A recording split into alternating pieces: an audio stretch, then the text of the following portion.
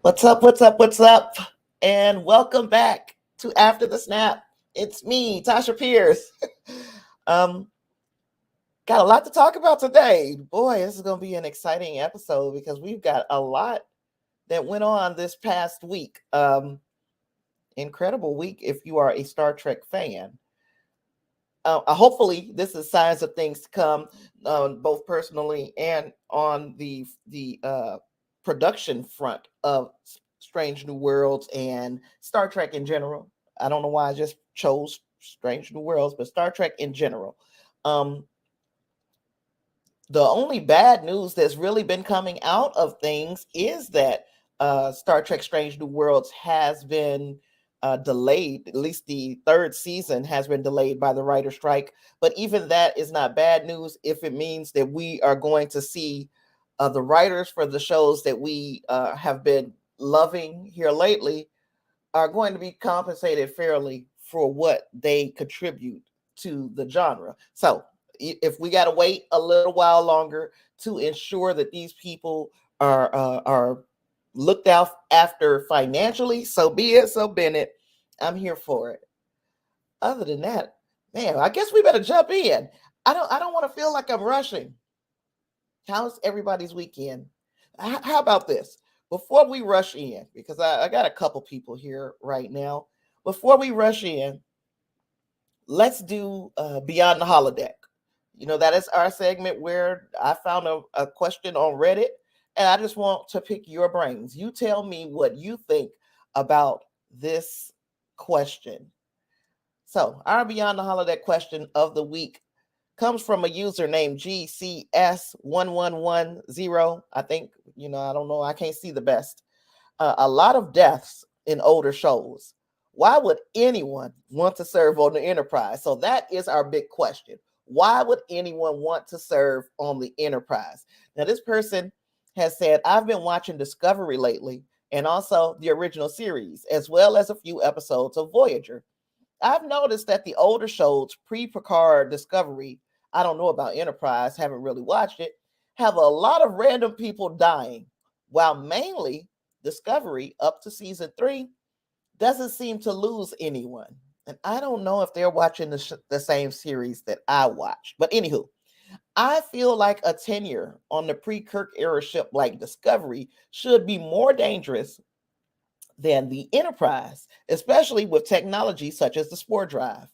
So you tell me what you think about the question, which is, because it seems so dangerous, according to this user, why would anybody want to serve on the Enterprise? Hey, Justin, glad to see you today. So our Beyond the Holodeck question, give me your thoughts, if you've got any, in the comments, and I'm going to share mine in a second. I guess a little part of it was spoiled while I was reading the question, because this person seems to believe that there were not a lot of deaths in Discovery up to season 3.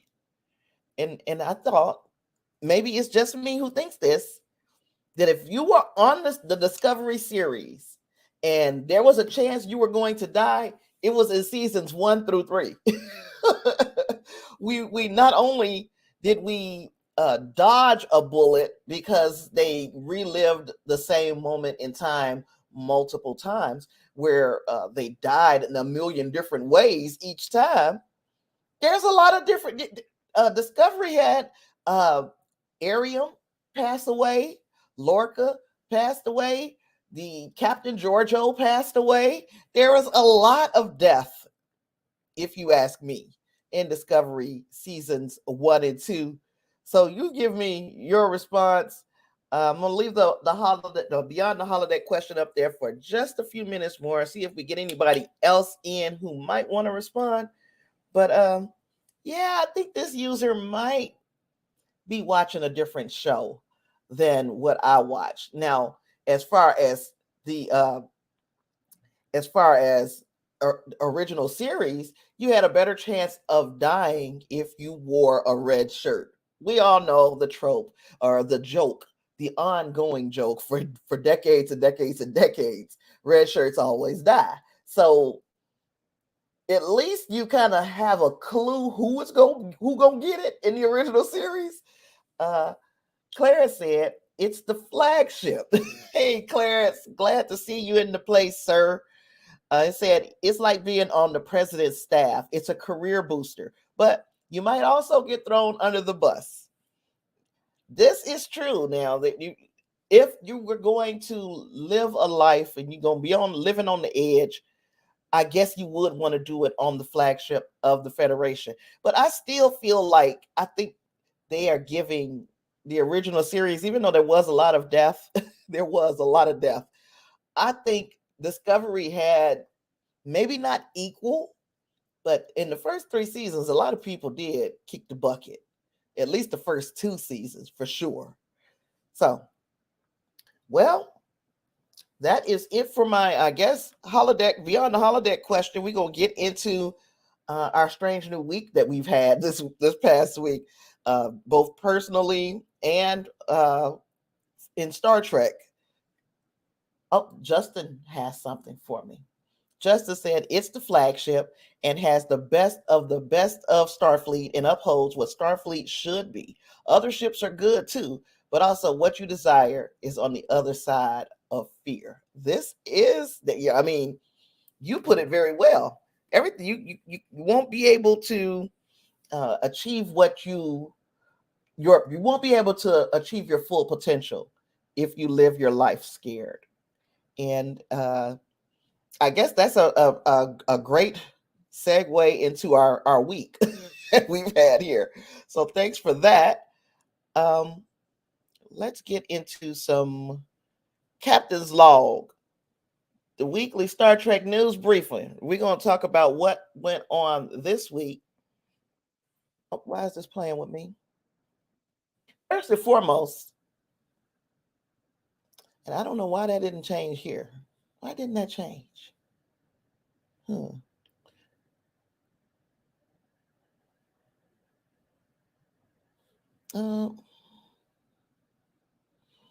Yeah, that was deep, sir. Yeah, you know, you dropped them when you drop the mic, you drop the mic. There is nothing more that can be said about. He said it all. Everything that could be said, he said it all in that quote. I don't understand. You know, I always have some kind of technical difficulties. I have been sucking here lately. Hey, David, welcome to the show. Welcome to the party. You're gonna be so upset with me, David, but we're gonna talk about it. I don't know why. I don't know why I'm running into the issue right now that I'm running into. Maybe I got too many things open. I'm gonna read this to you, and then I'm gonna figure out. Well, matter of fact, let's stop sharing and then represent it and see if that helps.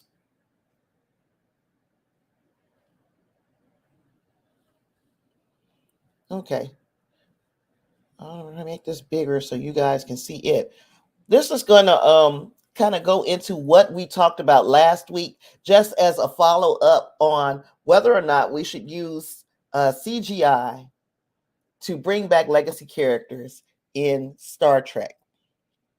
Now, this wasn't Jamie Lee Curtis's post, it was Justine Bateman's post. I'm going to read it because while it is not directly talking about this, it is indirectly talking about it. So let's go. Jamie Lee Curtis says, SAG actors, I want to talk to you about AI and how it will affect you. I'm a former SAG board member and former SAG negotiating committee member. I'm also WGA and DGA. So Justine Bateman said, as a coder and someone with a computer science degree, I want to tell you where I believe AI is going. She followed on saying, AI written scripts and digitally scanned actors, image and or voice, both already exist. Some talent agencies are actively recruiting their clients to be scanned. You choose the projects and get 75 cents on the dollar. Your digital image can be triple and quadruple booked, so that bodes well for a 10 percenter. Films customized for a viewer based on their viewing history, which has been collected for many years. So, for instance, I've got a love for sci-fi. I also love the MCU. So they know, okay, based upon the way she watches things, sounds like Star. Yes, it is. It is Star Trek, Snoopy. But yeah, people, once the algorithm gets a hold of what I like, then it can make a film customized for me, especially if the actors that I like have submitted to being scanned, so that basically a movie can be made using that. There could be a movie made and they could substitute my favorite actors into that movie, specifically tailoring that movie to me. It sounds crazy, but this is, according to Justine Bateman and other actors, this is the future of where streaming is going. Also, Justine says, films ordered up by the viewer. For example, I want a film about a panda and a unicorn who saved the world in a rocket ship and put Bill Murray in it. So the viewers getting digitally scanned themselves and paying extra to have themselves inserted into these custom films. The number 5, licensing deals made with studios so that the viewers can order up older films like Star Wars and put their face on Luke Skywalker's body and their ex-wife's face on Darth Vader's body, etc. Justine also follows up, just also films ordered up by the viewer. I want a film. Oh, I already read that part. Sorry. Training an AI program on an older hit series and creating an additional season. For instance, Family Ties. That's where we know Justine Bateman from. Has 167 episodes. An AI program could easily be trained on this and create an 8th season, even though they only shot 7. So she ended with, AI has to be addressed now or never. I believe this is the last time any labor action will be effective in our business if we don't make strong rules now. They simply won't notice if we strike in 3 years, because at that point they won't need them. So actors could be erased, especially if they agree to be digitally scanned, so that they right now can make this 75 cents on the dollar and be put in 4, 5, 6 movies at a time. But at what point will they start getting robbed? Because then we've got you agreeing, we've got your digital image scanned in. Now we can use you without even letting you know you're being used.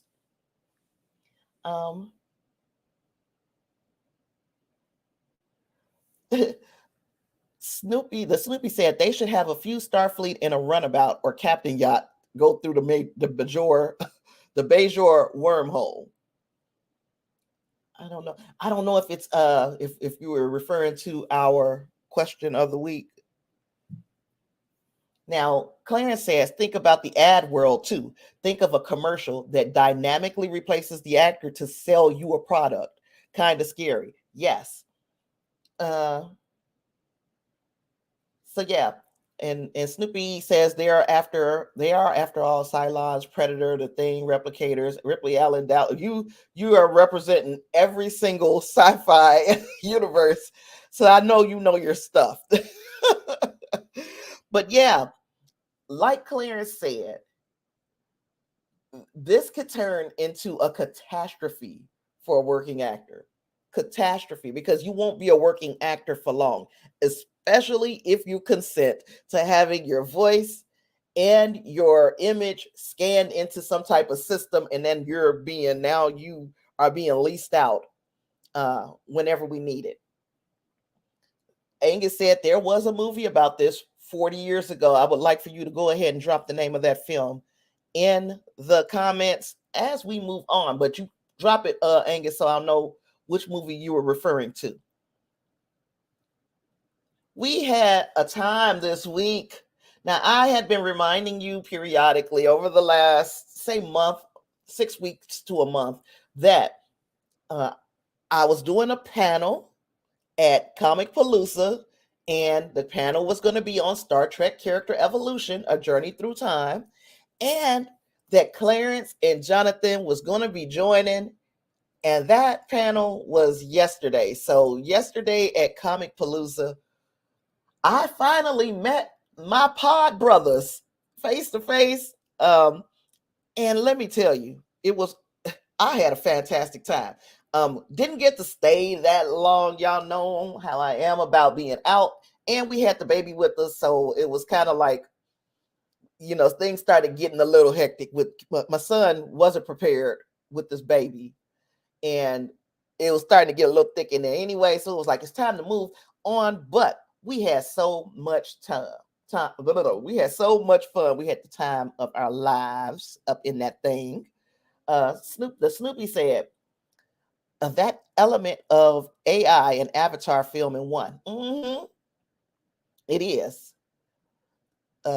Claire said tons of fun. Yes, and I really, really, I think the biggest highlight of my weekend was meeting Clarence and John face to face. It's like finally we get to say, what's up for real, face to face, sit down and have the same types of conversations that we have grown used to having online. We had that same kind of conversation face to face. Unfortunately, I had an issue with my with my recording, and I couldn't get it recorded, and I feel bad about that because I really wanted to present that to my channel.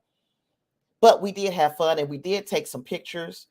And like I said, we ended up having a group of people who were engaged. It's like I come here every week, and I'll do this 2-hour live stream for 10 people. I'll do it for 5 people. Hell, I've done it for nobody. I've sat here and talked for 2 hours by myself. So to have 25, 30 people in an audience, and those people are captivated by what you're talking about, and they're also sharing in the conversation, it really felt good, really. So I'm going to continue to go through the pictures so you guys get a picture of what we went to. David said, I missed your Comicpalooza debut. How did it go for you and Clarence? And that is what we're discussing right now. And yes, we did. We had fun. Justin is talking about the AI thing. He said, this is a scary topic and affects us all. Just hope we make strong rules for everyone. This technology could ruin our lives. But Justin does say he has faith in people. David said, glad it went well. Yes, it did. It was beyond what I expected. I knew that, at the absolute least, I'm going to have a great time because I'm going to meet my friends. But to have an audience and our support systems, were there as well. That to me felt really well. I mean, it felt like it was a risk that I normally wouldn't take, and I'm glad I did.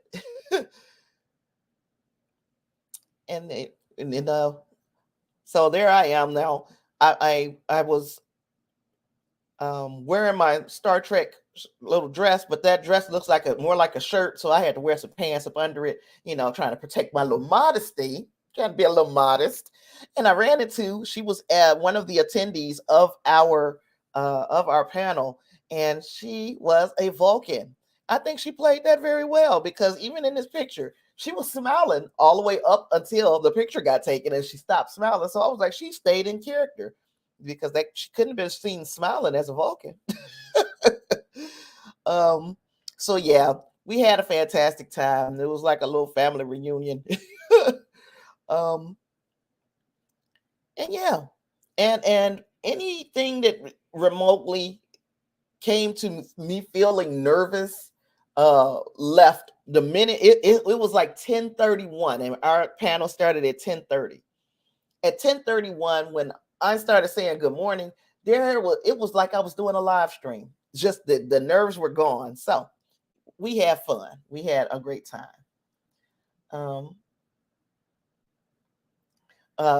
Justice says, this stream is proof of the power of good. Glad you and Clarence had a good time at the show. Was praying for a good event. Your prayers were answered. We really did have an outstanding time. The only thing, like I said, that disappointed me about my performance in this is that I was unable to get my recording right. Maybe next year, because we will hopefully try to do this thing again. Now that I know what to expect, I think we could streamline it a little bit more and have a more polished production. So because the topic and the conversation was fantastic, it was just the technical side of things that I sucked at. Oh gosh. So, okay, we talked about it. If you guys got any other questions about Comicpalooza, you can drop them in the comments. I'm just going to move on, because it's so, like I said, it's so much to talk about. Moriarty shipping the bottle, Next Generation episode, that Yahura costume, Dax from DS9 wore 1-2. Yes, but I mean, because I'm a thicker girl, that dress ain't no dress on me. It's not a dress on me. It's more akin to a shirt, and I had to wear the proper bottoms for me. So, David, glad you enjoyed looking at our pictures. Clarence, yes, I agree, sir. We had a fantastic time. Can't wait till next year. All right. Now, this week, we also got a lot of Strange New Worlds. That's another reason why I guess I'm calling it a Strange New Week. Because we got this new poster for Strange New Worlds. And if you look at the poster, there seems to be lots of hints as to what is to come in this week's or this season of Star Trek Strange New Worlds. You see over here, we have the animated planets, and it's animated in the style of Lower Decks. Right here, we have Nurse Chapel, but she's in black and white. I don't know what that means. Besides, we are maybe going to see a color grade change. I don't know. We see Pike, Spock, and Una, and they have this red, and I can't tell you what this background is for sure, but that kind of looks ominous. It doesn't look completely friendly. So it seems to be a lot of hints going on in the new poster. Also, this is what season 2 is supposed to be about.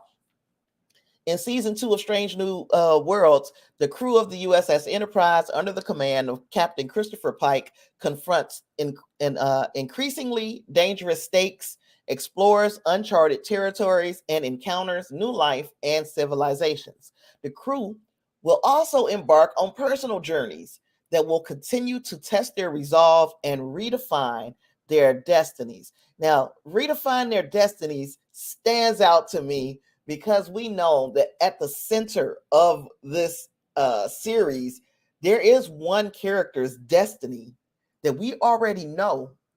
We know his destiny.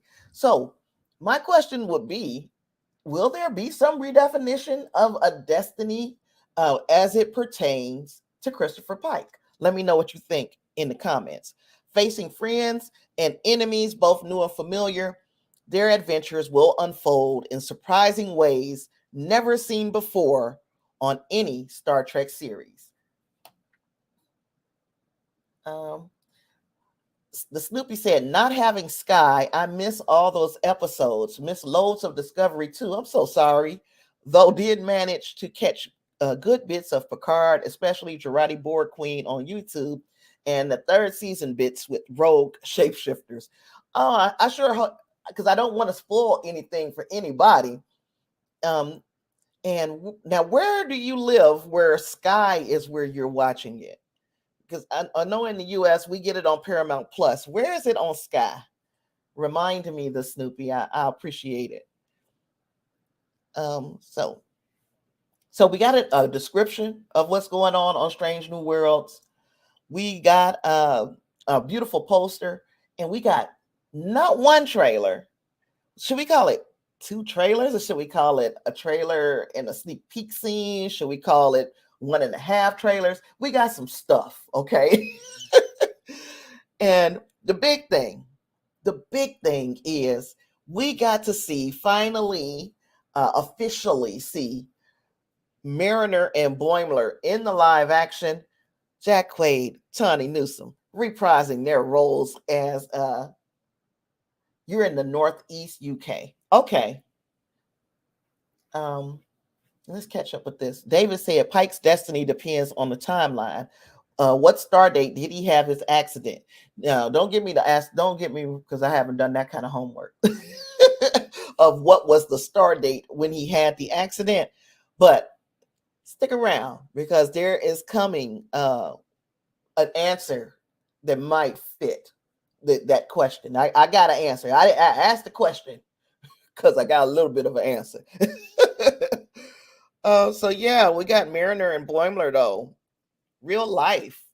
I cannot wait to see what this episode is all about. But some of the things that I typically do that I have not done with this trailer, any trailer really, for Strange New Worlds, and I'm gonna tell y'all why. Strange New Worlds, because it's not quote unquote serialized, I'm not looking for big Easter eggs all throughout the trailers like I would if I was watching, say, Discovery or Picard. I would be looking for things that tie together something that may be a thread moving throughout the rest of the season. But hey, you saw Jack Quaid? I wish I would have stuck around for some of the celebrity stuff. But Bloomler has something in his hand. I haven't blown this up to try to figure out what that is he has in his hand.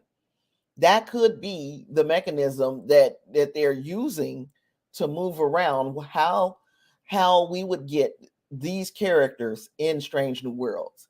So I'll take a look at it in slow mo and try to blow it up a bit. And maybe if it's something to talk about, I'll talk about it later this week. David says, that's the bushiest ponytail I have ever seen. Yes. Her ponytail got to be big, because in the cartoon, her ponytail is half of her is her ponytail in the animated series. So I'm very happy to see them, and I can't wait to see what this is about.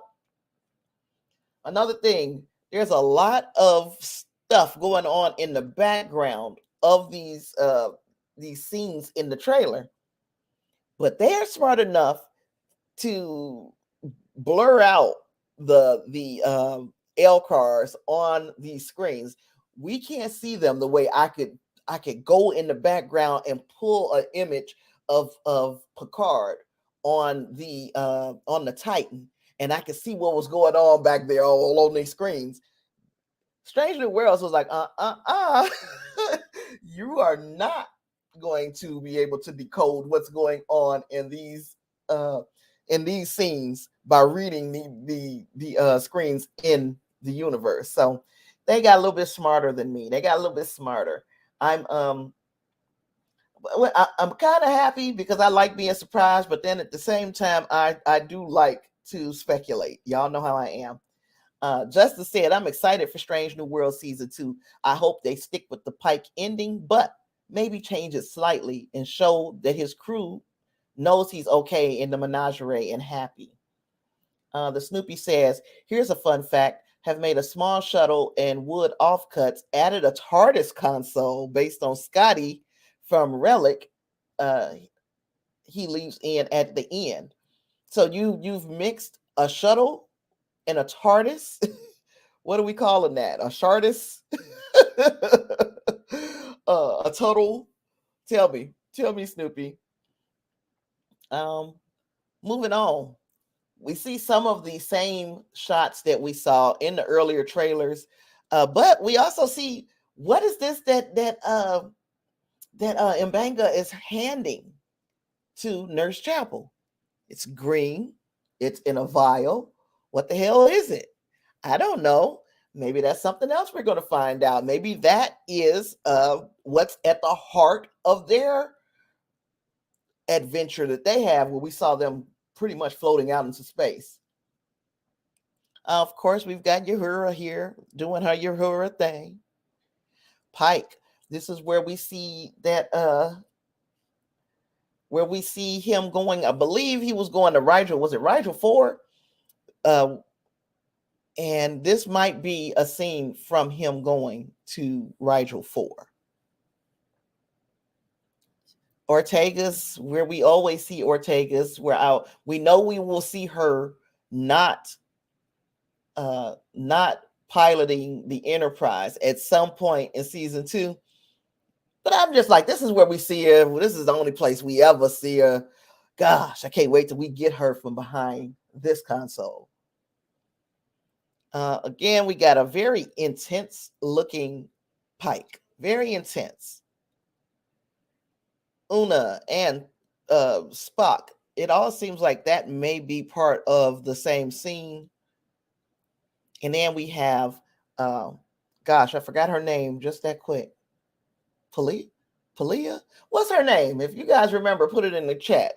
But she is an engineer. She's got a very distinct pin on. I don't know if that pin that she's wearing, like a brooch, if that would be something like Worf's sash, where it represents Palia. Thank you, Clarence. I don't know if that's something that is a representative of her culture. I guess we'll have to wait to find out that as well. We got to see her talk. She's got quite a bit of an accent in the trailers. So yeah, we're getting a little bit more of light shed on this character moving forward. Now, this is where I was telling you that showrunner. I get so tongue-tied. Alex Kurtzman says the closer we get to that moment, just after where no man has gone before, we have to acknowledge canon. So I'm guessing that moving up to that point, anything can happen. But once we get to the point where no man has gone before, we get to that episode, they have to start to resemble the original series. So why after no man has gone before? Well, for Akiva Goldsman, the original series as we know it doesn't really start until we get the core cast, including Dr. McCoy and everybody else in their correct uniform colors, which wasn't really the case until a few episodes into the show's production run. That said, Akiva Goldsman knows that not everything could stay in this nebulous in-between stage forever, and he firmly believes the series could safely continue for 7 years, which I have been saying that it is possible that we could have a full 7-year series before they start really bumping into TOS. And I feel like, as just like Akiva Goldsman says, that these two series can overlap for a season or two. The original series and Strange New Worlds can overlap. The timeline can overlap in these two series without causing any real danger or any real damage to canon for those people who are going to have a complete and total fit if it does just slightly change some things about canon. But I think that these two series can exist at the same time. I think they can exist at the same time without causing any damage to canon. And that is what I was very excited for about this season, because it also opens the door for more original series adventures in Strange New World.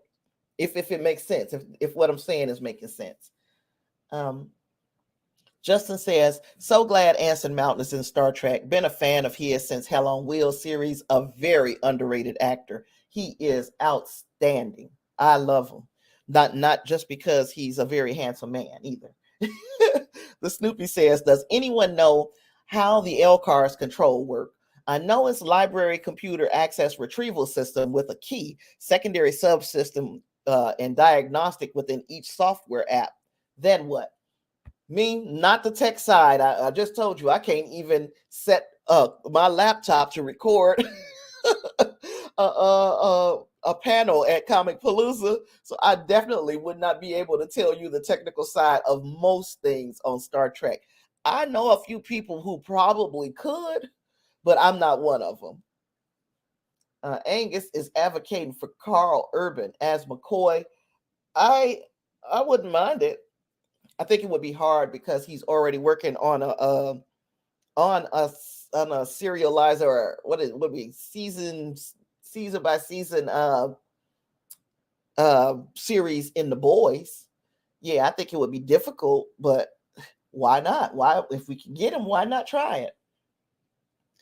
Support the show, become a member. Just hit that join button if you're interested. That join button is always down there. Say, hey, join button, hey. Oh, I read that one. I don't know why that one showed up twice. Extreme Elements is also reminding me to say, join us on Discord. The link is in the first pinned message in our chat. So, we talked about and the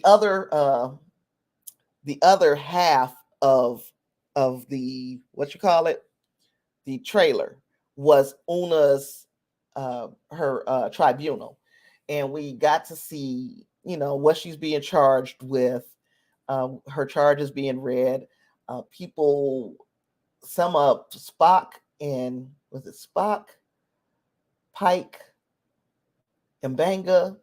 There were several people who were testifying on her behalf. We already know pretty much how it winds up. It's just a matter of how we get there. We also saw who is going to be the kind of judge, and that is Batel. And there should be a conflict of interest there anyway, because Batel and Pike, y'all know so there should be a huge conflict of interest there. But if they can get away with it, so be it, so be it. And it looks like we're going to see her quite a bit. Batel, we're going to see her quite a bit during season 2, because we saw another episode with, whose show was I watching, where they explained that ship that was coming out of the sky over that city, and it was real ominous looking in the trailer, that it was a Gorn ship. I didn't recognize it as a Gorn ship at first, but they're saying, yeah, that was a Gorn ship. So if this is a Gorn ship coming over this planet and hovering in this really ominous fashion, and Batel is on that planet, is she gonna bite the dust? I hope not. It looks like Pike is going down there try to save his boo too. We also know that at some point this season we're going to hear about a relationship between Kirk and a lady named Carol Marcus, probably. So we will hear about that at some point this season as well. Justice says, I'll check out a few of the books of Trek and the tech of it and how it works. They're very interesting. That right there, the Snoopy, is coming from one of the people who I figured would know. I didn't want to put anybody on the spot, but one of the people who I figured would know something about the technical side of Star Trek because they are into the books as well, is Justin. And Justin says, take a look at the books. You get some interesting things there. Justin says, I agree, Strange New Worlds and TOS can overlap some, but I also think it has to be done well. Yeah, I'm hoping that all of it is done well, regardless of whether they overlap or not. But if they're going to overlap, there has to be they really have to pay attention to where things start happening they've already changed some of the stuff, because if you guys saw that trailer for Strange New Worlds, Batel asks La'an Noonien Singh, is she related to Khan Noonien Singh? She asks her this in the presence of Pike, Spock, who was not supposed to know who Khan is. If I remember correctly, and I'm not 100% sure, you might want to correct me, or you might want to double check by watching the trailer again yourself. I want to say Kirk may have been either present, or we know that he and La'an are going to have some type of interaction, and it looks like an interlude, if you ask me. And you would think that if he messed around or had dealings with La'an Noonien Singh, when he heard the words Khan Noonien Singh, he should have been able to put those things together and be like, oh, wait a minute now, I used to mess around with this chick, So you would think that he would be able to deduce who Khan Noonien Singh may have been related to. And they're in the original series, they had to be taught who he was, So Snoopy says the flight con explanation is easy to understand with a 360-degree circle left and right by up and down. I get that. I don't get none of what you're talking about. I don't. I do not. Okay, but we're gonna move on. We had a prime perspective question of the week before we move into our main topic. The prime perspective question of the week was, if you could explore any distant star system like the crew of the Starship Enterprise, which one would you choose and why? Share your intergalactic dreams and join us on the live stream to discuss the wonders of space exploration. So I left the normal avenues and ways to catch up with us. If you're wondering where the prime perspective question can be found during the week, it is on our social medias and also on YouTube in the community tab. So if you are part of any of those communities, then you would know what the prime perspective question was, and you would be able to provide your answer like Justin and Wingrace did. So I'm going to start with Justin. Justin said, I personally would love to have a Saturn V rocket take me to the moon like in the 60s, or a space shuttle as well, and see Earth from space and walk on the moon and see the world from that vantage point. I think it would change me in such a positive way. I sometimes think if we really see things from certain perspectives, and like those who have been to space and the moon, say they can get past all the negatives that plague us all as people and our world, they talk about that experience as almost being reborn as a person, or being reborn as a person. And their eyes, their hearts, minds, even the soul are finally open to a truth, and the better angels of our nature take over. And they just want peace and love and just good for everyone. And no matter the negatives, there we experience or feel or having going on seem to not mean so much, but the good things of life seems to just become so much more powerful. Personally, when I hear astronauts talk and look at them, they seem so changed in such a good way after the first time they go to space compared to before they did. So to have that revelation would be so moving for me. Now, if I had the Enterprise, I would do what Picard said at the end of Farpoint. Let's see what's out there. Engage. So thank you once again, Justin, for answering the question of the week. We also had Win Grace answer the question of the week. And he said, in the real world, I would just love to hop into a ship and roam all over discovering new things. I guess I would pick one SWASP J1407B with I don't know what that is, which has the biggest set of rings and fancy stuff discovered so far. In Trek, I would probably want to visit one of those planets with leftovers from super ancient aliens. I always love the idea of coming across stuff from beings that lived millions of years ago. So yeah, getting into a place where like maybe the Iconians, uh, and that I think that would be something that I would be most interested in, and I would want to be there. I want to get there before Picard and them destroyed the gateways, try to keep the Romulans out. I would rather that would be the type of experience I'd like to have in space, going someplace like that. Um, look, Justice says for a good book for tech, is Star Trek Starfleet Technical Manual, and that is one of the books that the other person who I thought who would be able to answer that question is our friend John from Discussing Trek, the one who was at the Comicpalooza with us. I think that he has that Starfleet Technical Manual, and he also has I think he has the Enterprise schematics. He's got a lot of techie type stuff as far as the Star Trek tech stuff. And I think that the fact that he wants to know those types of things means that the answers are in those books. So yeah, good place to look for it. Snoopy said, would go for System J7 as best of both worlds, or do a Voyager, but through the Bajoran wormhole. Yeah, explore a globular cluster. David said, you couldn't get me in a spaceship. Astronauts are the bravest of the brave, right? I think I like to think that once it becomes more normal, I would like to get in one, but I'm with you now, David. Not today. Not today. Um, Snoopy said the Iconians. I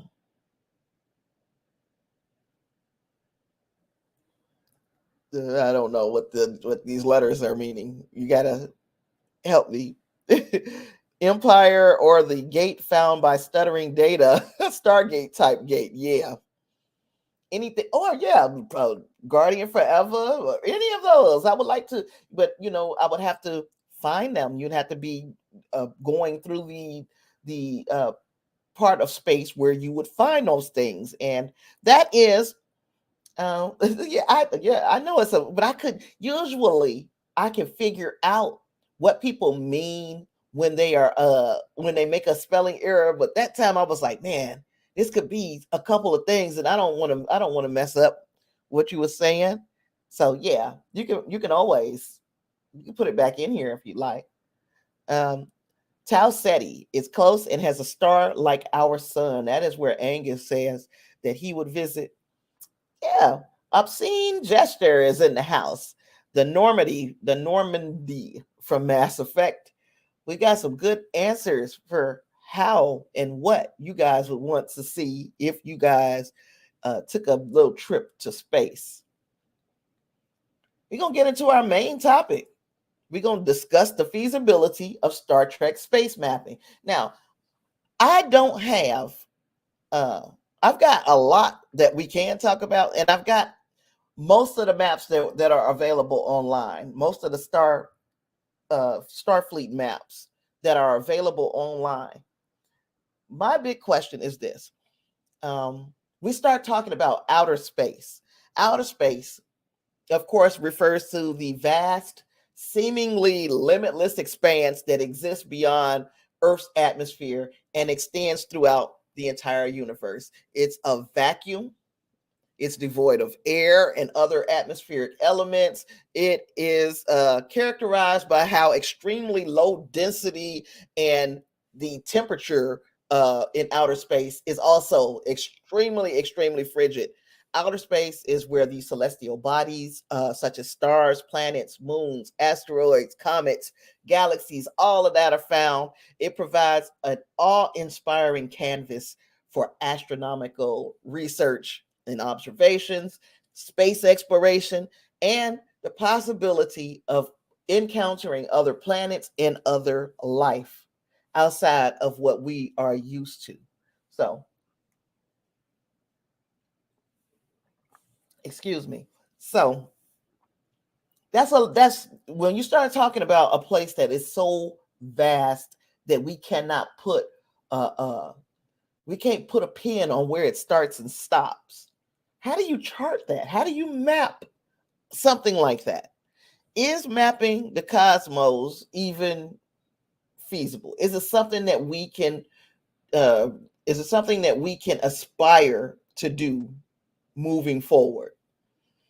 Mapping the cosmos like they do in Star Trek probably isn't possible right now. As a matter of fact, it's definitely not possible right now, because in Star Trek they have the super detailed maps like you see back here in the background next to Mr. Jean-Luc Picard, and they have all the star systems mapped out, all this cool stuff. But in real life, it's harder because space is huge. Our tools have limits, and things in space change. So if we did say, all right, this area of space belongs to Earth, and no other planet can come into this space because we are xenophobes and we don't want no parts of nobody else. How do you say this is our space? What do you map? What do you use? Because, okay, let's say we use the moon and we use several other stars. What are the closest stars? Somebody out here knows. What's the closest star? Is it Alpha Centauri? We use those heavenly bodies and say, okay, this is our space.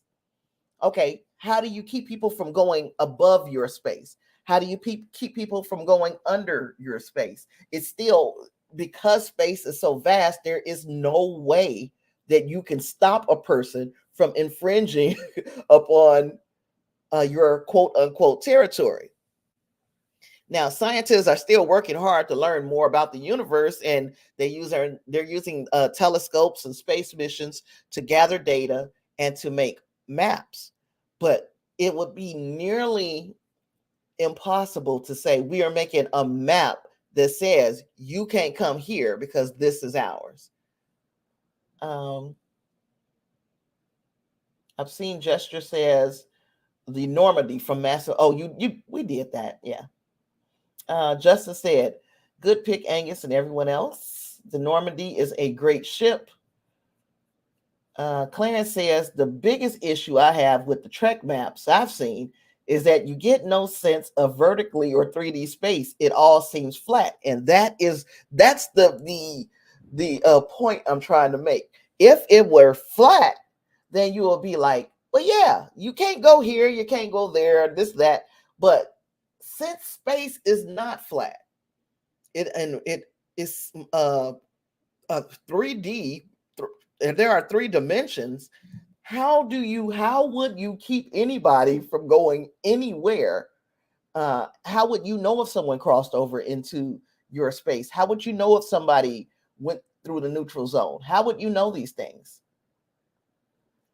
Clarence says, but then again, I don't know how that's currently represented in the real world. So we can't make a space map right now, exactly like Star Trek. We're making progress. One day we might get closer to that level. So we got a few obstacles that we have to get over, though, before we get to what, like Clarence says, how it's represented in our real world is a whole lot different, because number one, we have to account for the vastness and scale of space. That is an obstacle. Another obstacle is the lack of physical structures. You can't, there's a mountain ridge over here. No, there's not. You understand? And even if there were a mountain ridge out in space, or a set of stars that look like a mountain ridge, Tomorrow, that mountain ridge will be over here because space is always moving. These objects are not standing still. The political and legal considerations of trying to go into space and mark a territory for yourself. And I'm going to read this right off my notes. So, defining and enforcing boundaries in space will raise complex political and legal questions. You have to have an agreement on jurisdiction, property rights, and territorial claims. All of that can be challenging due to differing national interests, legal frameworks, and interpretations of space law. Also, imagine a secular nation trying to work with a nation that adheres strongly to one or more religions as it pertains to space. A lot of those people that are involved with religious organizations, religious groups, would feel number one, that on the other side of space is heaven. That's what some people feel. And we can't go too far in space because heaven is up there, and people believe that. So how would you get them to work with you when you're secular and you're trying to go as far as you possibly can, and you believe that that's infinity? Our technological limitations right now, our current technology and capabilities for space exploration and observation have limitations. We cannot map and monitor objects in space, especially when we have all the junk out there, debris. We got all those satellites and shit. All of that can be challenging. So we don't have all the data necessary, and it's going to become extremely difficult to establish these boundaries. It's always moving, like I said earlier. And then we have the international cooperation. We talked about that. Right now, the biggest piece of, I guess, what we would call a treatise, a legally binding agreement between nations is called the Outer Space Treaty. Y'all might know all about the Outer Space Treaty, but until I started looking into this, like, how would we enforce? It starts with that treaty. I'm going to pick up some some comments, and then we're going to move on and then about the Outer Space Treaty. The Snoopy says, our galaxy, check normal map to Star Wars and Warhammer, etc. Think of billion of sparks, no larger than a pinhole, but with 7 barred spiral arms, 100 meters across. Angus says, it's all about the dirt that each government holds, not the space between. The neutral zone has 2 planes of sensor buoys and the faster than light comms. Justice says, in the techno manuals, they have it based off of flight and the flight axis and stellar drifting, and sensors are so sensitive in the future, and the buoys all around. Snoop says, let me see now. 100. So we said spiral arms, 100 meters across, edge on the galaxy would look something like the original Enterprise saucer shape, with the outer edge being some 2,000 light years thick and the central bulge being 12,000.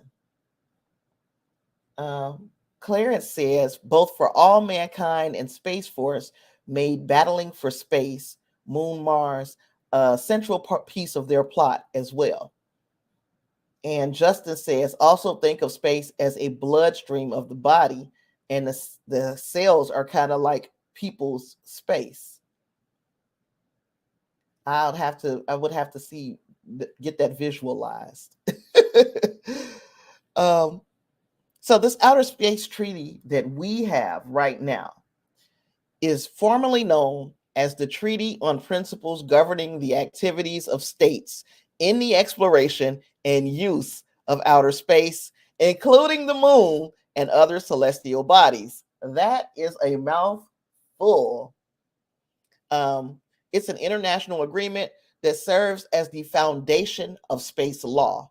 It was open for signature on January 27th, 1967, and entered into force on October 10th, 1967. The treaty has been ratified by over 110 countries, including all major spacefaring nations. We know that their outer space is to be only used for peaceful purposes, that international cooperation is encouraged. Countries are encouraged to conduct space exploration and research cooperatively and to share the benefits of space activities.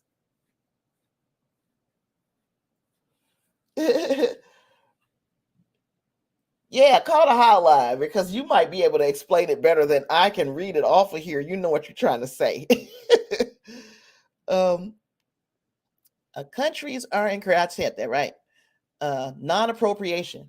Outer space, including the moon and other celestial bodies, cannot be claimed as national territory. No country can assert sovereignty over any part of outer space. That is important to me, and I'm going to get into why in a minute. Freedom of exploration. All nations have the freedom to explore outer space and celestial bodies. This includes the conduct of scientific experiments, establishment of space stations, and landing of spacecraft. You can't tell nobody that they can't go. They all can go. This, unlike having nuclear weapons, everybody has the right to go out into space and to explore. And in the liability, countries are responsible for the activities of their space objects and must avoid causing harm to other nations' space assets. They are liable for damage caused by their space objects. So this, we ain't sharing this. If you send something out there and it destroys something that belongs to another nation, you are on the hook for paying for what that other nation lost. Nations must avoid contaminating celestial bodies. Even though I'm like, y'all leaving shit on the moon, y'all leaving stuff out in space all the time. So they must take measures to prevent the harmful contamination of Earth. We know how that's going. We also know that astronauts are seen as envoys of humanity. So if you go out in space and on your way back and when you come back into Earth's atmosphere, if you land in Russia and you are an American astronaut, Russia cannot grab you and say you're trespassing on our on our territory. You shouldn't be here because you entered our country without a passport or any of that. You shouldn't. They can't do that because astronauts are protected. They're protected. They're regarded as envoys of humanity and must be provided with appropriate care and treatment if they land in another country's territory. So that also means if the same group of astronauts land in the same country, Russia, we'll just use it as an example, and one of them is hurt, Russia must provide medical care to that astronaut. That astronaut is not there as a hostile force. They are an envoy to humanity. So it's interesting to know that these laws exist. And I ask myself, speaking of Space Force, back up here where Clarence's comment, but I'm not talking about the Star Trek Space Force. I'm talking about the U.S. Space Force. Now that we have a branch of the military that is going out into space, I'm wondering, does that inherently pose a threat to the U.S. Outer Space Treaty? How long before, if countries begin sending military operations out into space, how long before somebody breaks the treaty? And now we start getting into, can we really prove that this is ours and that is yours? That's my question. So let's see. Obscene Gesture said the way humans got around that in Mass Effect was Megacore owned almost everything. That's another thing. And it also goes back to what I was saying about religious and religious organizations. Because in my opinion, In order for all of this cooperation to really be fully realized, we would have to be under a one world government. And if you mention one world government in some circles, you automatically get to this the end of some end of the world type stuff. Depending on the religion, some people believe that that is a precursor to knowing that Armageddon is going to begin. That you are going that we got now this one world government. We also have another faction of people who are just conspiracy theorists, and they say one world government is bad. No, no, no. You guys are gonna try to come and take our guns. No. So now you're gonna have that fight. You got another group of people who believe that the world's about to end. So F everything. And will we ever be able to have that level of cooperation between the world that it would be necessary in order for us to have a way of mapping space, if it's possible, if there ever comes a time where we are able to map out 3D space in any of the ways that you guys have detailed in the chat, if it would we be able to do it? Because would not the religious organizations and or the conspiratorial organizations in our world say, oh no, we can't do that? Or would that be the precursor of the Star Trek, the real world equivalent of Star Trek's World War III? Would that be it? And oh my gosh, I knew it was something. While I'm waiting on maybe one of y'all to answer that question, have you guys heard that there have been techniques developed, and I believe it was in the UK, I could be wrong, where a baby, several babies, have been born with using three people's DNA. It's basically what we had been calling kind of designer babies back in the day. And by designer babies, some people were stopping as simply as, oh, I want my baby to be blonde with blue eyes. So I want to use, this DNA or this trait. I want that to be prevalent in my child. But these people are now saying we are genetically, I'm going to say engineer. We're genetically engineering these children to not just look a certain way, but to have markers in their DNA that will bypass certain diseases, certain, for instance, big in African Americans is the is sickle cell. Just imagine being able to use other people's DNA to circumvent ever having to worry about that, not just now, but and forever, in perpetuity in your bloodline. Would you do it? How close is that to being the genetic engineering or the augmenting that we see with Khan, Noonien Singh, and others? Let me pick up comments. Angus says Kessler syndrome is becoming a serious problem.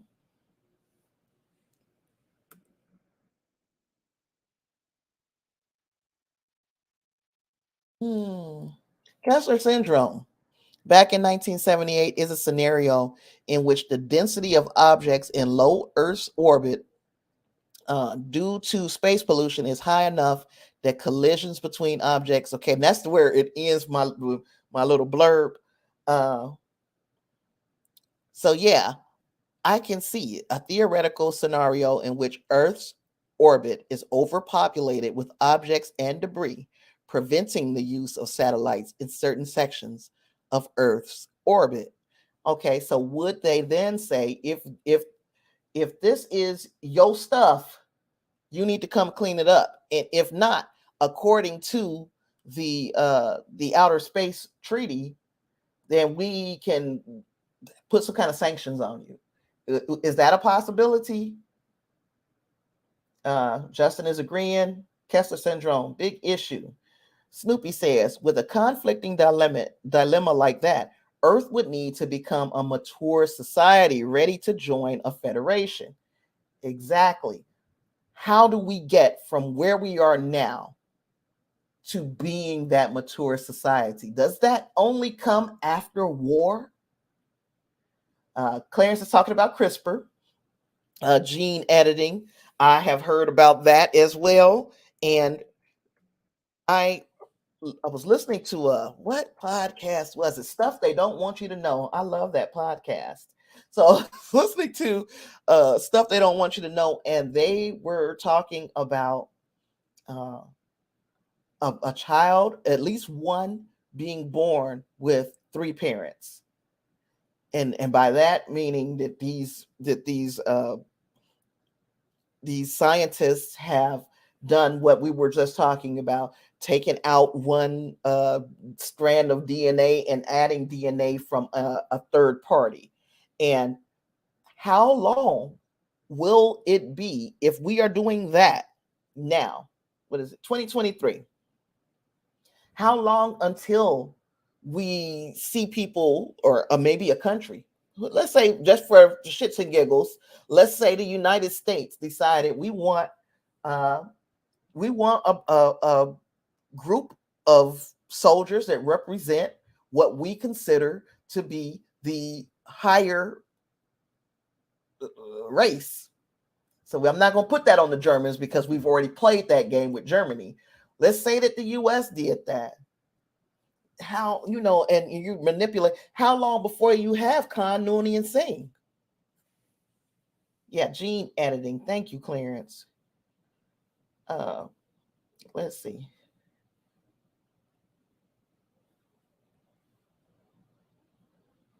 Stoopy says, now you're talking a little about Khan portrayed by Ricardo Montalban, Wrath of Khan, Space Seed, and reason for Star Trek's World War III fight. Exactly. Now, he is even taking it further. Clarence is saying he's thinking that there have been 3 CRISPR babies in China. Now, let me see, because this was something I just listened to. So I want to make sure that I'm telling their story correctly. 3.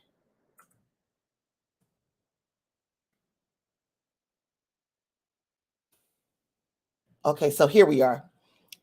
According to The Guardian, and I guess I can share this. Share the screen.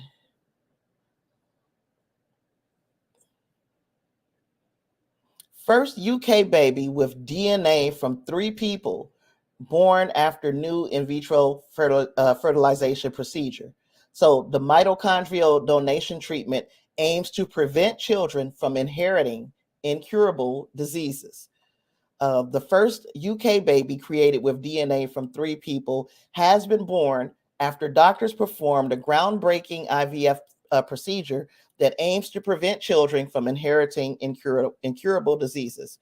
The technique, known as mitochondrial donation treatment, uses tissue from the eggs of healthy female donors to create IVF embryos that are free from harmful mutations their mothers carry and are likely to pass on to their children.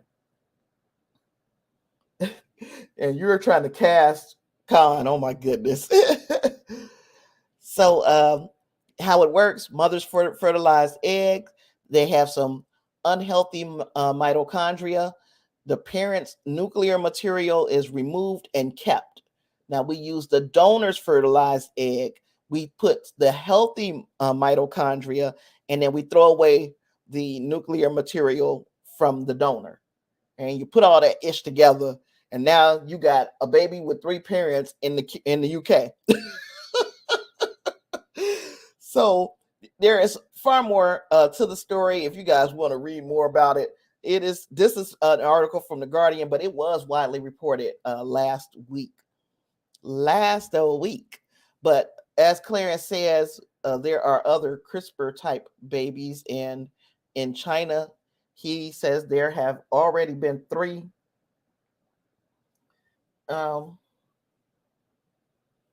Well, this is what they said that they were trying to fight. Now I closed the article up. Of course, I don't feel like pulling it back up.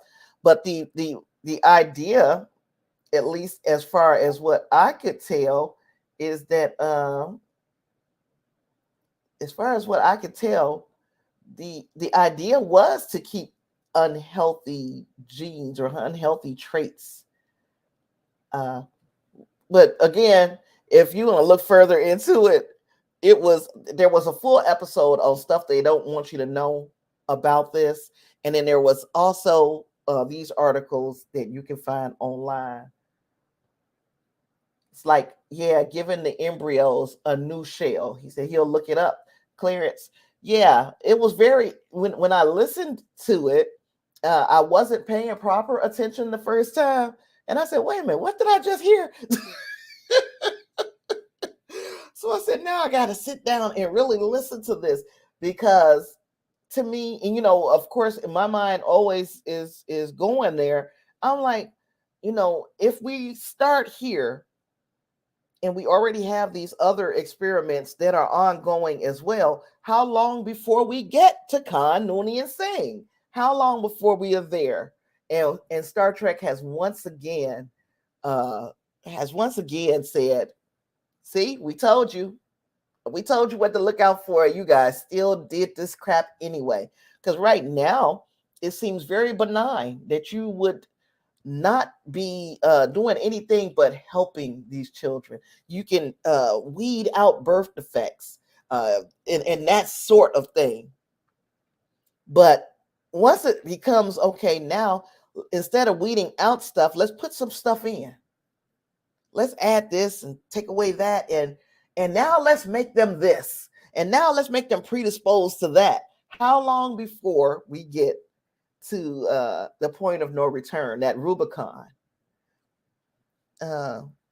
So I ask, like, would a military branch like the Space Force threaten the treaty? And if you once you start putting force out into the stars, there does introduce an opportunity for what we call it. There was a saying, absolute power corrupts absolutely. So once you get out there, and suppose you get out there and you make a discovery that's too good to be true, now you want this. You don't want to share it with everybody else, because we have not reached that level of maturity. Like Snoopy was saying, we haven't reached a level of maturity to say this is something that can help all of humankind. Many people will go out there and be like, this is something that can help me.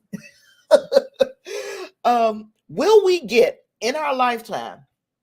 I'm halfway. I got one foot in the grave, y'all. In our lifetime, will we get to the point where we have seen that level of cooperation between nations, and that we'll be able to go out there and start saying, hey, let's start drawing some lines in this vast amount of sand out here, so that we know when somebody is as a threat to society the way that we know it.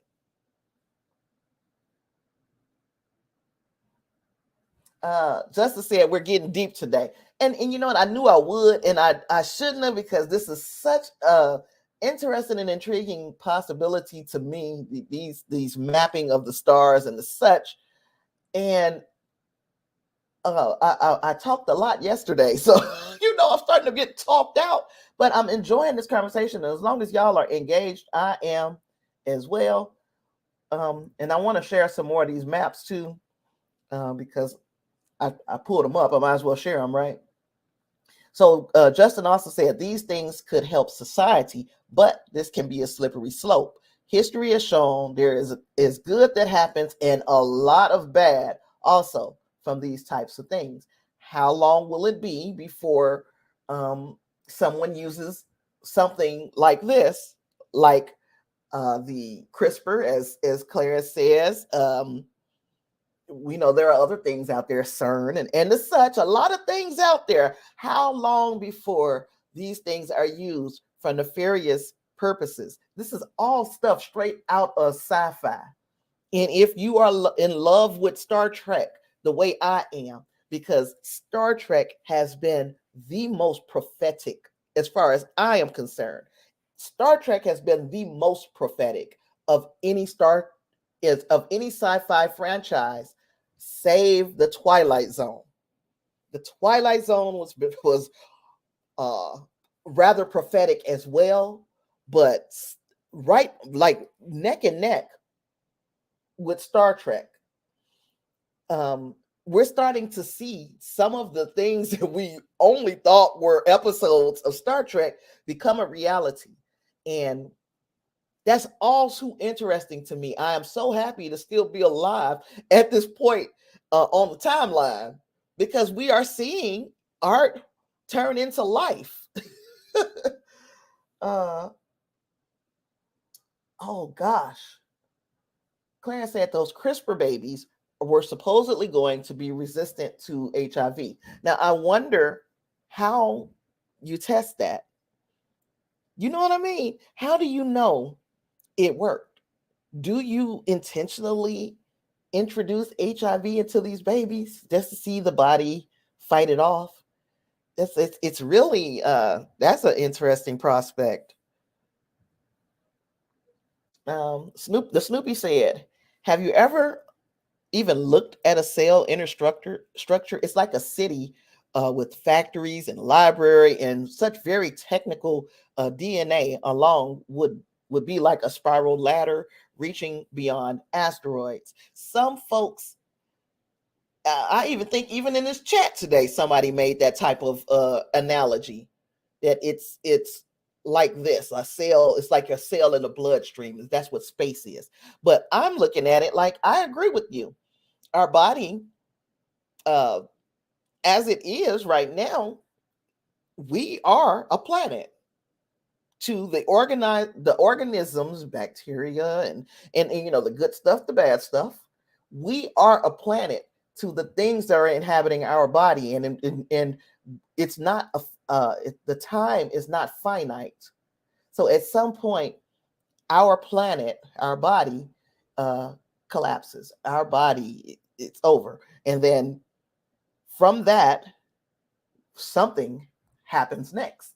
It's just like a dead star. That once something happens next, you know what happens after this or that.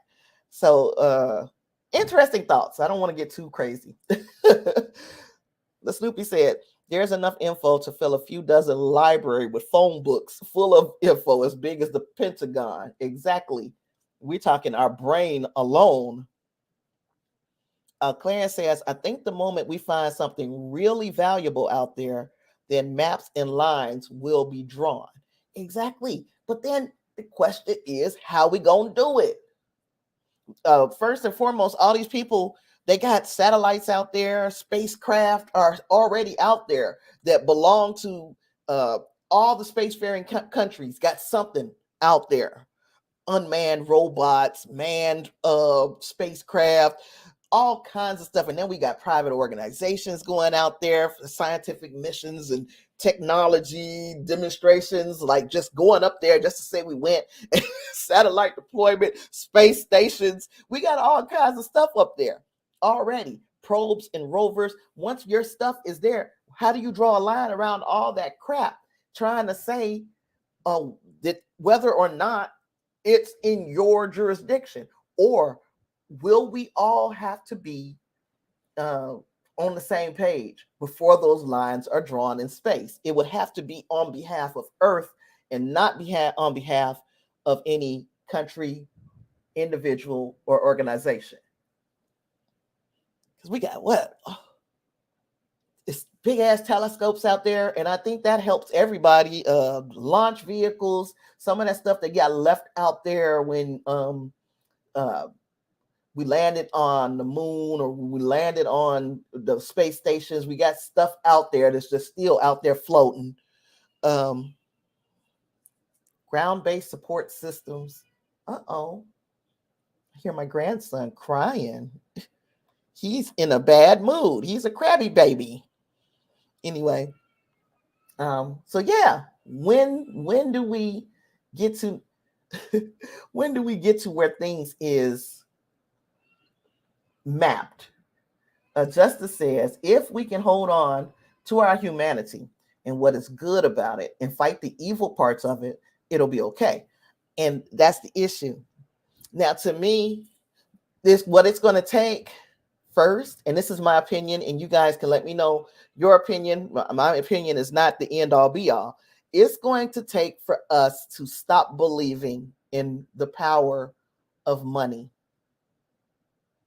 Because once we let go of that, this is worth this. And if I got 10 of these, then I'm better than you. Once we let go of that, the playing field is awfully even, and then we can start working towards something. But anytime I can be one up over you because I got more of these, whatever this is, whatever we're calling it, when we start assigning value to this, we will never get ahead. It has to be we have to be on a level playing field before we're going to start acting like this can be cooperative effort. In life can be a cooperative effort. Just think about the fact that you can be sick in the United States. You can be sick. You can be literally dying, and how much money you have or don't have, or what job you're working, will define what kind of care you get. Oh, yeah. So just something else to think about. Now, Angus, what Chinese doctor vanished without a trace? Is that the one with CRISPR? Tell me.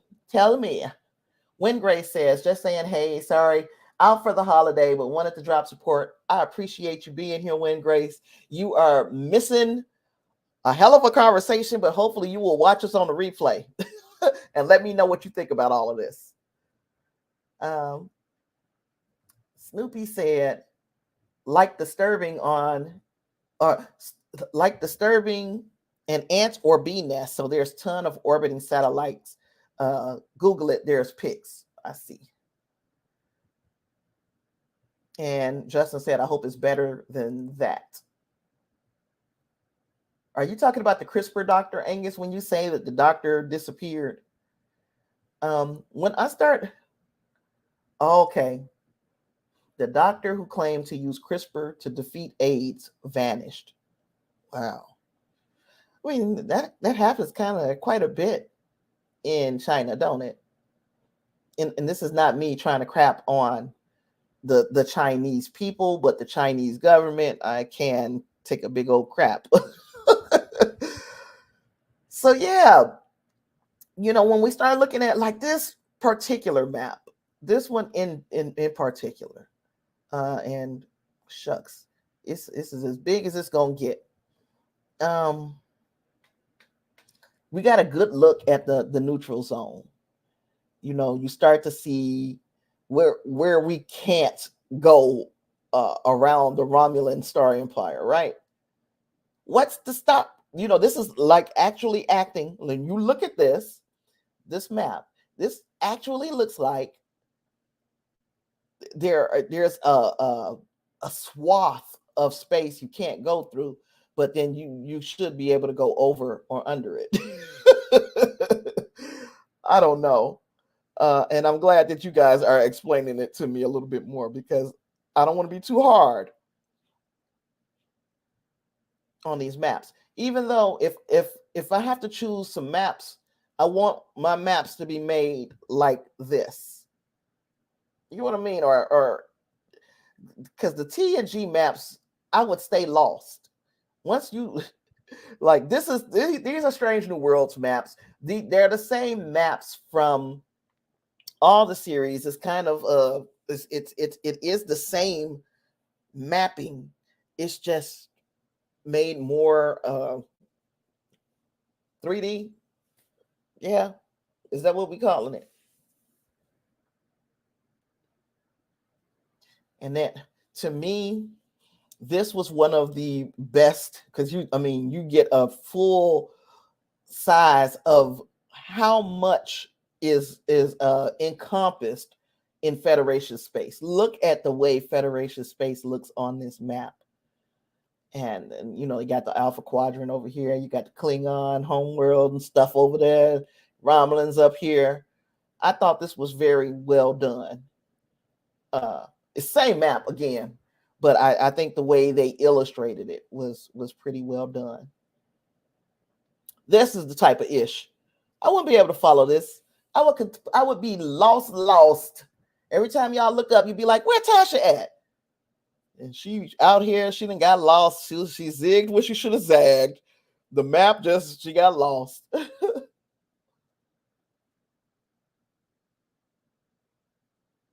The Snoopy said, that looks cool. As with the mini drawing of entire solar system, real space has habitable zones where life can exist.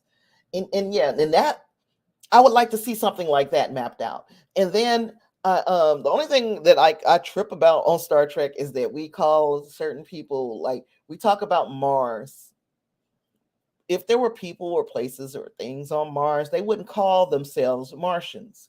Why? Because they're not from here. They would call themselves what they call themselves. We call them Mars, and we call them Saturn, and we call them Uranus, but that's not what they would call themselves. So we need to, you know, we should have them numbers and stuff for species 8476 or something like that, the way the Borg does.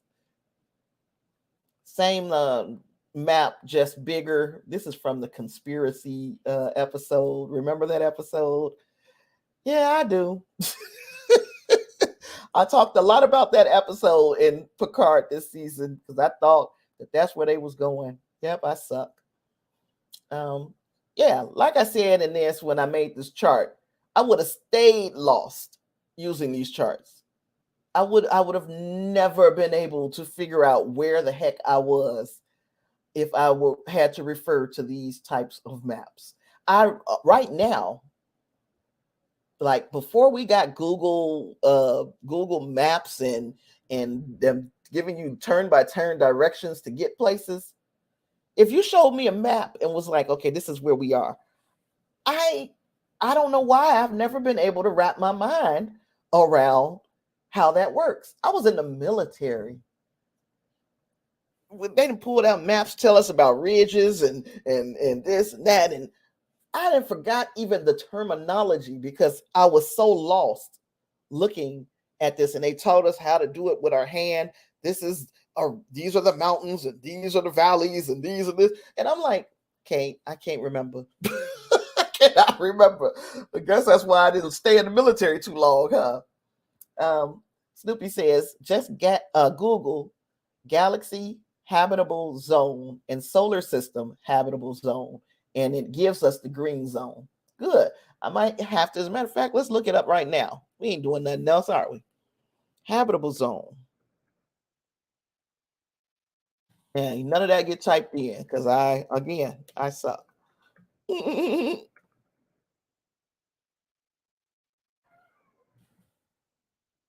um, we got a habitable zone. We're going to look in our solar system, and we're going to pull up an image.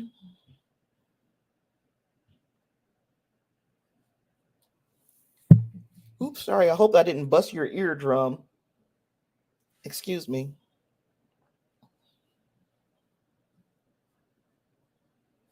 Here we go.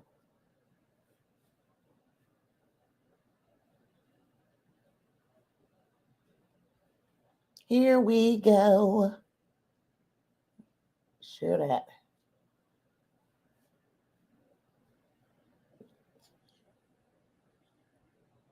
So the habitable zone. So sorry, guys. I'm telling you, I'm so tired. I did a lot this weekend, so I should be a little tired. Green bands represent the orbital distance from a star at which temperatures could allow liquid water on the surface of a planet. While this depends on other factors, including the presence of suitable atmosphere, it's a useful way for astronomers to begin sorting among potential targets in the search for possible signs of life. So there is some potential in the Mars, Venus, and slightly outside of Mercury zone, like yeah, slightly outside of Mercury, depending on what part of the orbit we are looking at. Let's see what's Angus. You always try to find a word I'm a stumble over. Stellar metallicity. Stellar metallicity is important for supporting life. That happens in bands, roughly. It happens in bands concentrically from the galactic center. So I guess this is what we are seeing in this illustration here. The arms of the Milky Way have names. We're on the outer edge of the Orion Spur off the Perseus arms. Yeah, they have names to us, but then you get a different species and they're not about to call that what we call it. Don't we? That's me. And I don't know where I was going with it, but it's just like getting married to the names of these stellar objects when we're talking to each other.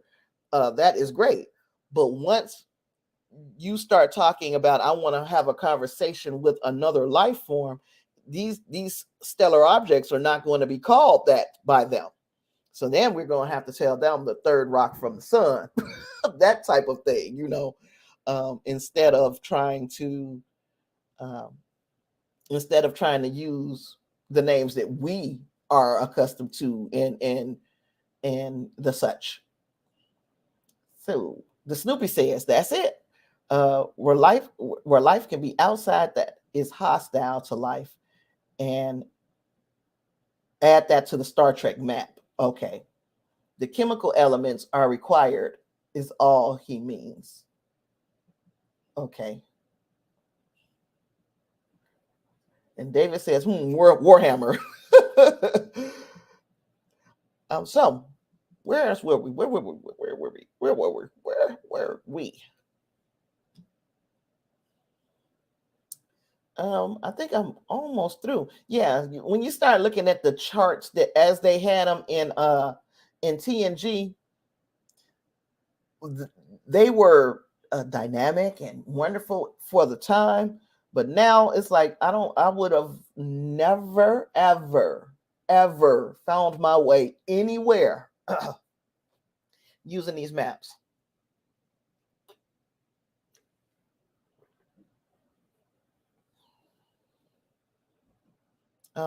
Ever I would have never found my way. So let me get lost in this era where the stuff just jumps up off of the map and it's like, look, this is where you are and this is where you're going. See this? I couldn't get lost. This is very, look at that. That's beautiful. Same map again. Just laid out so much more clearly. Isn't that wonderful what technology can do?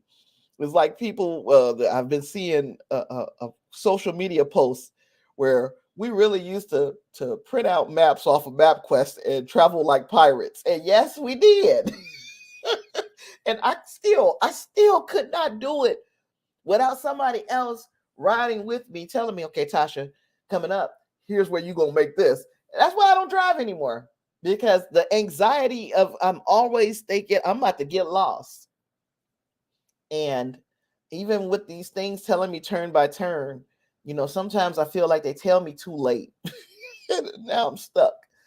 But yeah, anywho, this is the way I would need to travel in Star Trek, in the real world, anything. This to me is how I'd be able to get from Starbase 10 to Starbase 39 real quickly and easily. The Snoopy says we are Soul 3.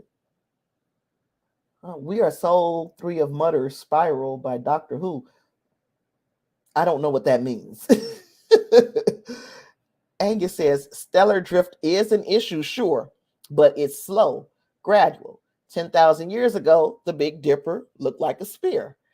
But how often are we going to be changing the map? So when you say, all right, 10,000 years ago, the Big Dipper looked like a spear, and we think 10,000 years from now, our ancestors are going to be confronted with, man, there's been slow changes happening to to space until the point where we are now in somebody else's space. Is it where space is? Are the maps going to change yearly to represent the microscopic amount that these stellar objects have changed in that amount of time? When we start talking about having boundaries for planets and boundaries for different alien species. You say you love that Andoria is so close because they are fun people. You know, yeah, I didn't realize just how close they are. And I don't see, what is that right between? What is that between Earth and Andoria? I see Tau Ceti, I see is that Telex? Um, what is that in between?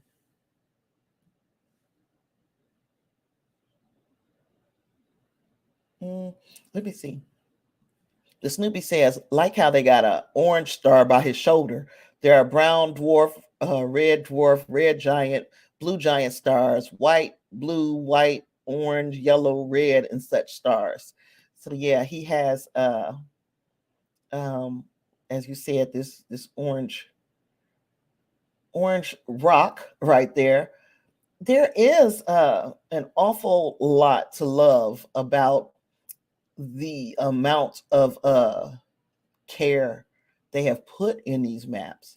These maps, again, have been the same for decades. You know, we are adding certain planets as we are running into them, and or as we are talking about them and discussing them in different elements of Trek.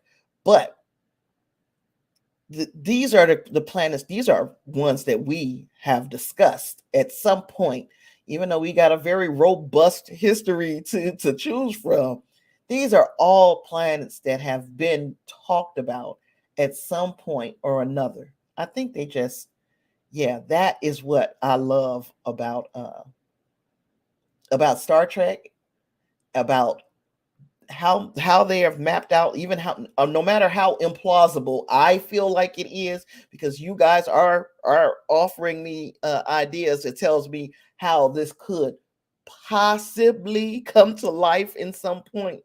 But the amount of care, the amount of dedication to keeping things in quote unquote the same universe is, to me, that is just awesome.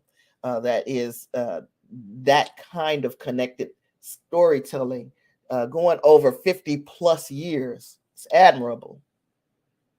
Clarence. Angus said the edges of the space domains remain fuzzy and maybe get more fuzzy. Okay, so that is like where once one person's space cut off and another person's begins.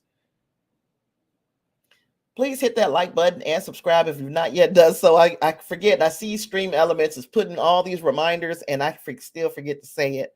So please do that for me. Angus says, this map is wrong, though. Wolf 359 is super close to Earth, almost as close as Alpha Centauri, and Doria shouldn't be closer than that. So let me see now. Let me see. I see Wolf. Is this, wait a minute. Is this Wolf 359? So that's Wolf 359. You can't see where I'm pointing. and Andoria is there. And where is Earth? And Earth is over there. Oh, okay. So we got Wolf 359 and Andoria, Navarre, Tau Ceti. All of them is closer to Earth than Wolf 359. And you say this one is wrong.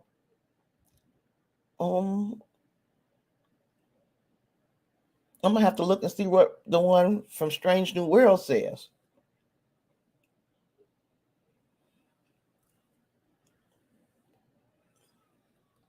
Justin says, I would think the maps would change a lot at first because of finding new space and planets. But as time goes on, it'll be every 10 or 50 years, but there may be a yearly update if something major happens.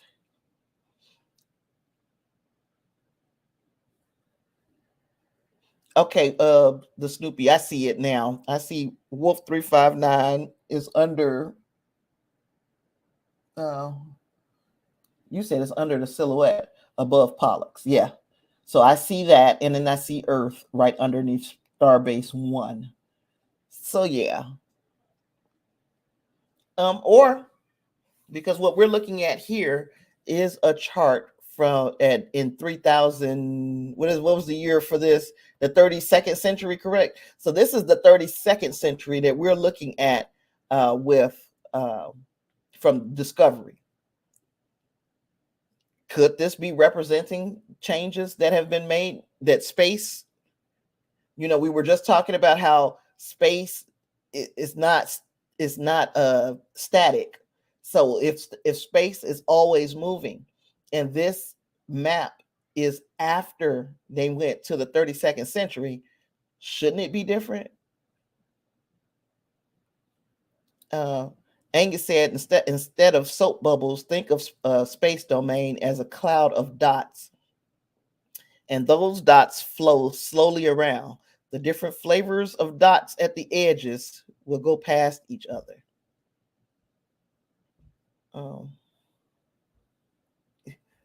David said, that's an incredible tool, but so much room for misuse. Yeah. Oh, gosh. And I see you saying hip hand level. I think you're still talking about Wolf 359. I see it now.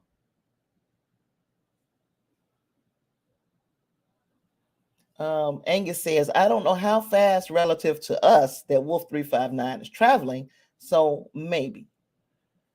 Snoopy says the galaxy slowly spins like a Catherine wheel seen in the end of a Star Wars film. Oh, shucks. Let me see. Is there any? Yeah. So this is, I guess all I had to do was come over to the next slide. It was a little bit bigger, and I would have gotten a far better look at where Wolf 359 is. Oh gosh. You say they thought CRISPR was something you put your lettuce in. Yep, until they decided to drop that E and turn it to something entirely different. Justice says Wolf 359 is 7.9 light years away, and Andoria is 11.9 away. Oh, I wonder why it looks like that. But maybe it's because we are not supposed to be looking at it as if this is flat. We're supposed to be looking at it as in some other aspect. Yeah, I don't know, man, because it looks like Andoria is closer than Wolf 359 on the map.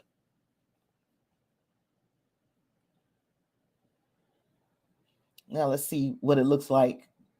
So Wolf 359 is there.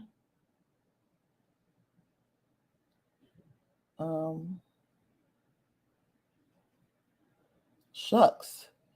Now I can't. Well, it's got to be on the other side. That's what it is. This stuff is we're looking at it as if it's all sitting one on top of another when it's not. There is space between these things because it's round or something like that. That's the last slide.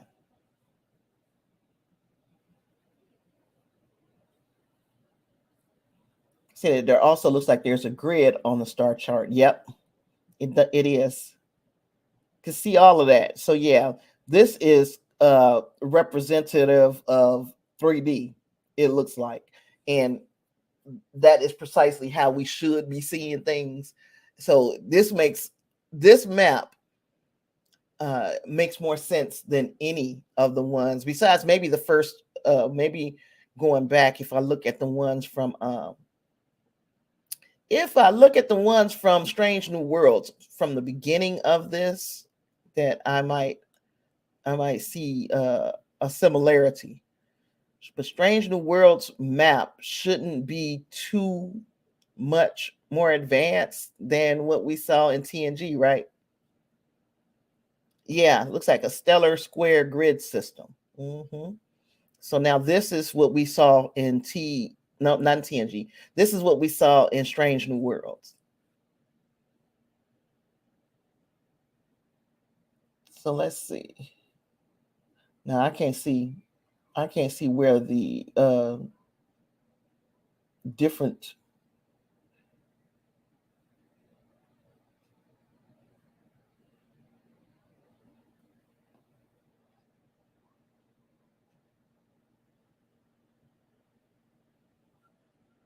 He said if Orange Star football size and 4 light years away, Alpha Centaur is about 30 miles away, Jupiter would be apple pip size-ish.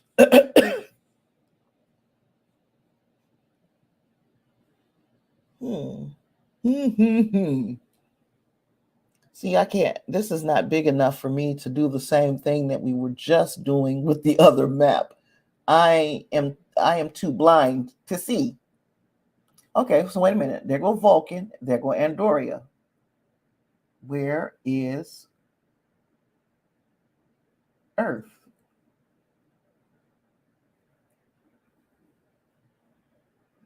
Yeah, I can't see this. I have to make this bigger, and I'm gonna make it bigger next time if I ever do this, play this game again about the star charts. So unless they come up with a new star chart that is even more interactive, where we can push buttons now. If they come up with another star chart, we might revisit this conversation, so that, because at the end of the day, the biggest question was, is Star Trek space mapping achievable?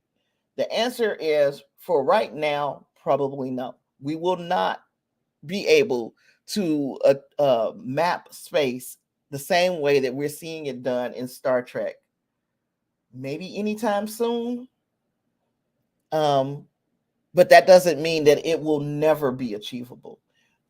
Because I can't wrap my mind around the physics and logistics of it, does not mean that somebody out there won't be able to say, oh, that's easy, we could just do this, and it will make perfect sense when they do that. We also have to stop being so married to the physics and the right now, what science has given us is what is provable by our standards, by what we have today. We also have to be prepared to say, okay, I got to let go of that thought, because science has proven that this, or this. And that is where I am in my mind. Like, I am not convinced that Star Trek's star mapping is feasible. I'm saying that as of right now, it's unachievable.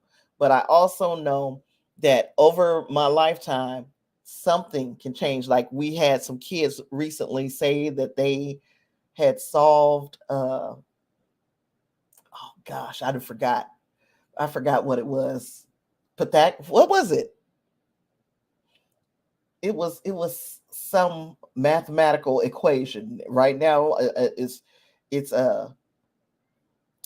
right now it's out of my.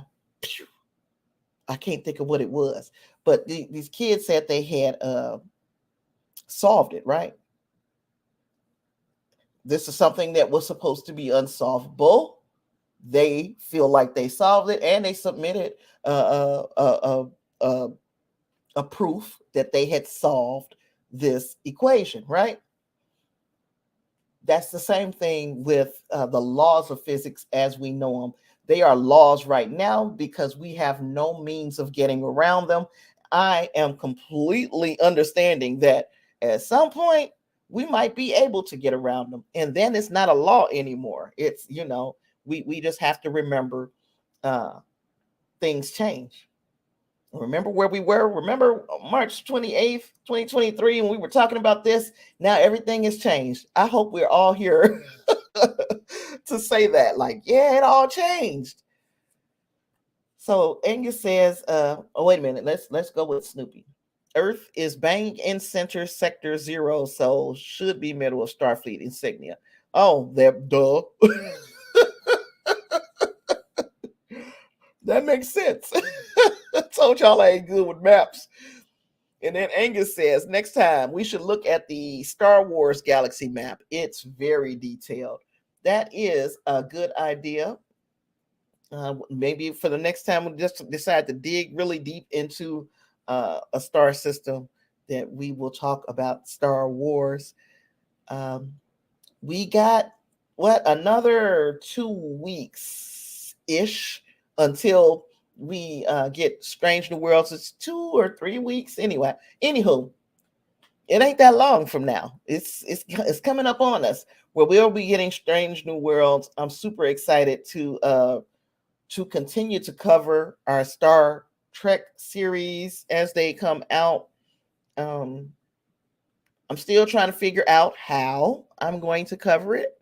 What I'm going to do, if what I'm going to do is going to be pretty much the same as what I did with Picard. Either or, there's going to be some shows. We're going to do some talking. We're going to get into Strange New Worlds. Thank you, everyone, for hanging out with me today. It has been fun spending a lot of time talking about something that I have absolutely tootly wootly no knowledge about, but I did learn a little bit as I studied to be able to hold this conversation, and took some notes to be able to talk to you guys about it. Of course, I've learned some things from you guys as always. I appreciate you for being here. The Snoopy, I really and truly hope you have decided to subscribe to the channel. We appreciate your contributions to the conversation, along with everybody else. We had Justin, Clarence, we had Angus back in the house. It was good to see you, sir. We had Win grace us with his presence for a moment, and I cannot remember if anybody else. Obscene Gesture was here as well. So we had a lot of faces in the place that I hadn't seen in a while. I'm so glad you guys were here. See you next week. Oh, before I go, what's going to be late? Trek by Numbers. It's going to be a little smidgen. Now it's going to come. It's not coming Tuesday. Put it like that. It's coming, but it's not coming Tuesday. So just don't beat me up. Don't beat me up. Let's see. Snoopy said laws of physics like kid just learning chess compared to world chess master who knows the rules a lot better. So with Q in advanced civilization, yes, things have got a lot of room to grow, especially from our little teensy weensy understanding. And you guys are probably a lot smarter than me as it comes to this type of conversation, and our understanding is minuscule compared to what people out in the cosmos are doing. Thank you, Justin. Thanks for being here. Thanks for the Snoopy. You guys have a very pleasant evening. It has been fun, and I'll see you in the next one. Live long and prosper. Peace.